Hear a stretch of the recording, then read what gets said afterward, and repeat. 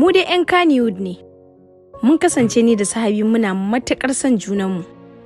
Gashi har ta kai ga matakin za mu yi aure. Haka ne Haj.Nafisa. Shi isa nake so ne miki laifi nake cire ni. Sannan na gwangwaje ki da dalla-dallan kaya na ƙawa. Ni uwa ce, a koda yaushe ina so in kasance da ni da 'ya'yana mu rinka saka dalla-dallan kaya. Na alfarma Da kuma ke cire ni. Ni karamin ɗan kasuwa ne, ina so in dinga sai da kaya na ƙawa. Sahabi, yanzu menene makomar kayan lefe na? Taiba General Enterprise. Tabbas haka yake, da ni da mu da ku. Kayan Taiba General Enterprise Shi ne mafitar mu, ƙwarai kuwa shi ne mafitar mu. Taiba General Enterprise mu ne na ɗaya. Domin mun kera sa'a a Taiba ne kaɗai. Kwalliya take iya biyan kuɗin sabulu.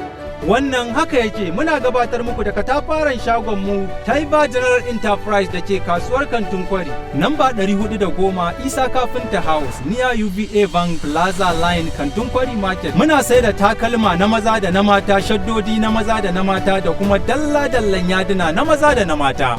Muna sai da dogayen riguna, abayoyi da akwatunan lefe tare da kayan kwalliya da huluna na maza. Muna nan da rasa a cikin Kantin Kwari kamar haka. Number 15 Gidan Zita, opposite Stadium, IBB Way. Da kuma number 1 and 2 Kandara House, Unity Road, Kantin Kwari. Namba 25 da namba 26 Ɗahir Mangal House da kuma namba 10 Amana House, Unity Road. 22 da 23 Aminata House, opposite Plaza, Kantin Kwari.